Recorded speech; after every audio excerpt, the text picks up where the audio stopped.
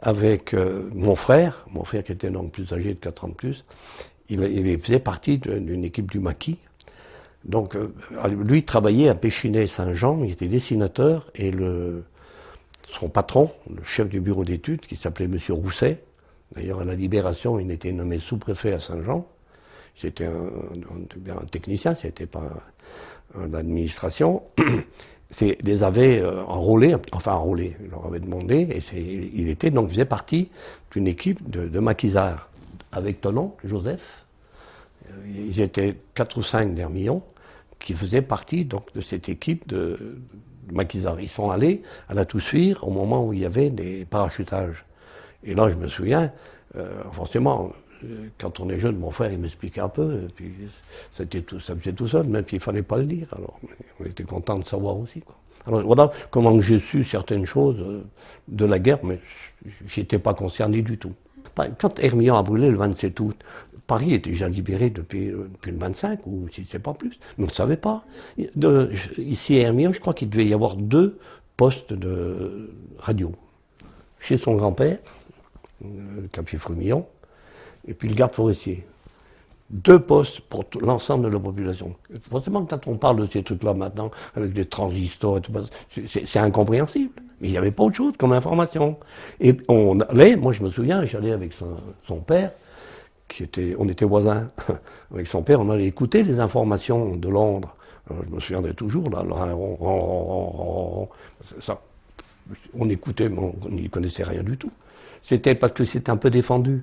Donc on allait écouter.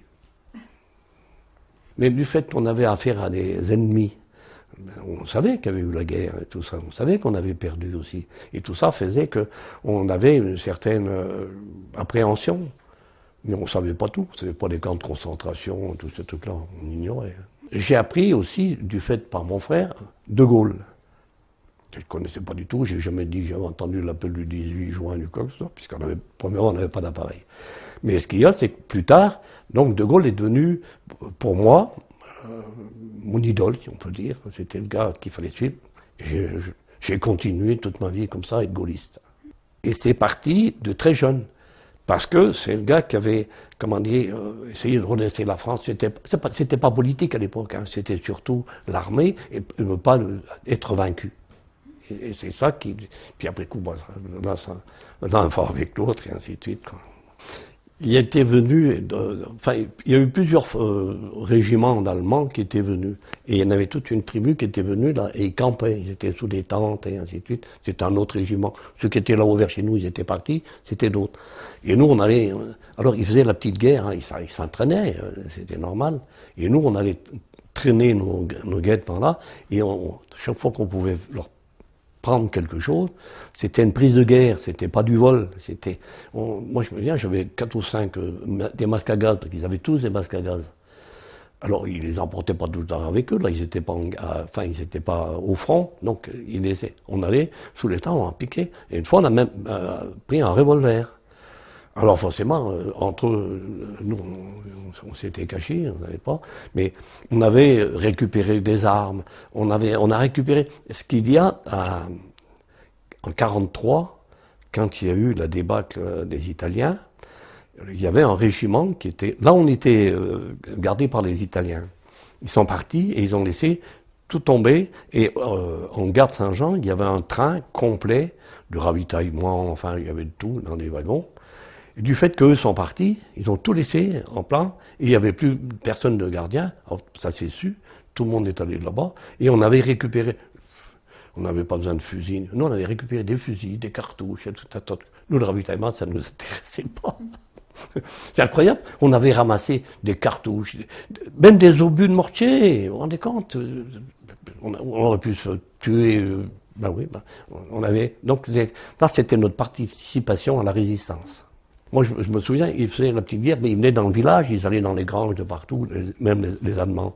Mais ce qu'il y a, c'est qu'ils auraient trouvé ça.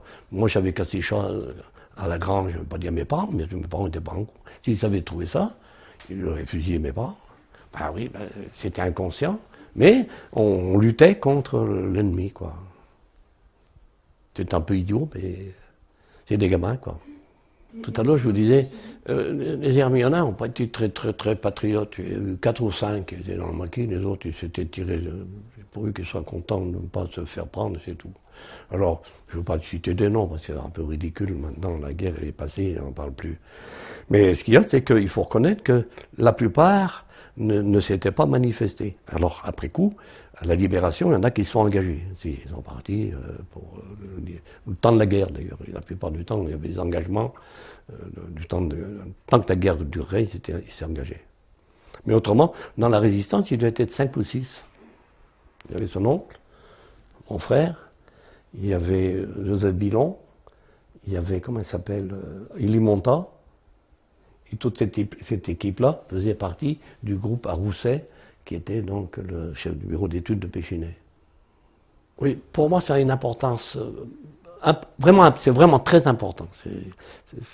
À mon avis, on doit expliquer aux jeunes, même parfois si ça paraît un peu incompréhensible, parce que c'est pas facile de se mettre à... Quand je vous racontais tout à l'heure pour les histoires de radio, qu'il y avait 2 appareils dans la commune, ça paraît incroyable maintenant. Ben oui, mais pourtant c'était comme ça.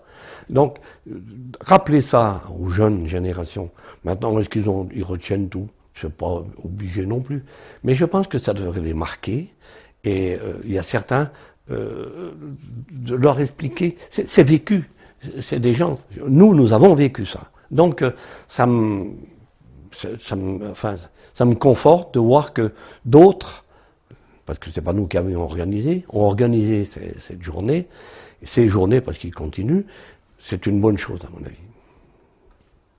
Parce qu'on a besoin, c'est pas du nationalisme, c'est pas de... Non, mais ce qu'il y a, c'est qu'il ne faut pas que des fous, parce que c'était des fous, les nazis, il ne faut pas que ça recommence, et pas se laisser attraper, parce que le gros problème, c'est que si on reprend, Hitler, il a pris le pouvoir aux élections. Alors, on oublie ça, on dit que c'était un dictateur, mais il n'a pas renversé personne, hein. On l'a élu, et puis après coup, c'est parti de là. Et oui, tout le monde suit. Je lisais là, j'ai reçu un bouquin, là, le gars qui a essayé de tuer Hitler. Il explique, il dit, mais nous, pendant tout... Alors, jusqu'au moment où il a voulu le faire, c'était en mai 1945, il dit, mais on suivait comment cela? Il avait redressé l'Allemagne, il avait ci et là, puis après coup, la guerre, bah oui, on était pris dans un tourbillon, on allait à la guerre, les gens qui étaient en face de nous, ils nous tiraient dessus aussi. Vous voyez, on a, ils avaient la conscience tranquille. Moi, je suis pas d'accord, parce que j'estime que lui a fait un effort puisqu'il voulait faire un attentat contre Hitler, mais beaucoup d'autres sont partis de là-haut en 1945. Les Allemands qui étaient au Mont-Cenis, ils sont arrêtés en 1945, le 8 mai 1945, parce qu'ils étaient à la fin de la guerre. Mais avant, ils savaient tout ce qui s'était passé. Et beaucoup le savaient. C'est pas pour ça qu'ils renonçaient. Alors on me dit qu'ils n'étaient pas tous SS. C'est vrai aussi. Mais ils étaient quand même tous à se battre pour le même truc. Alors c'est facile de dire après quoi, c'est pas nous. Si, c'était les Allemands. Hein. Maintenant, je ne dis pas que les camps de concentration, c'est tous les Allemands. On ne pouvait pas non plus. Quand le gars il explique là, son truc sur Hitler, en disant mais nous, on a tellement bavé après la guerre de 14 qu'on a trouvé un sauveur. Les gens sont partis derrière comme ça, sans penser qu'il pouvait arriver à faire ce qu'il a fait. Quoi. Alors, je dis maintenant, il faut se méfier pour nous, et pour les jeunes, il faut leur expliquer, pour dire, méfiez-vous, même les élections, c'est dangereux. Il ne faut pas qu'on ait des extrêmes, pas plus d'un côté que de l'autre, hein, parce que, vous savez, les extrêmes, ils se rejoignent d'ailleurs. C'est toujours des fanatiques. Alors, il ne faut surtout pas qu'on soit ça. Voilà la raison pour laquelle je suis aussi assez pour qu'on donne une éducation à nos jeunes. J'espère que tout le monde aura compris que, dans ce sens-là. Je vous dis bien, l'information, on n'en avait pratiquement pas. Alors, on ne peut pas comprendre. La façon dont... On ne peut pas comprendre, bien sûr que si. Enfin, nous, on l'a bien compris. Mais ce qu'il y a, la télé, la radio, tout ça, ça n'existait pas. On avait le journal. Et le journal, tout le monde ne l'avait pas chez eux. Ils étaient assez rares, les gens qui avaient le journal. Ben oui, alors, on avait peu d'informations. C'était la guerre, il y avait aussi les restrictions, il y avait, il fallait pas se faire prendre, il y avait le couvre-feu, il y avait tout un tas de trucs comme ça. Donc on était quand même, mais on se rendait pas compte parce qu'on était trop jeunes. On n'était pas pris dans... Alors d'autres étaient plus âgés. Déjà ton père, qui avait 2 ou 3 ans de plus, était déjà plus dans le coup que moi, parce que, enfin moi et d'autres.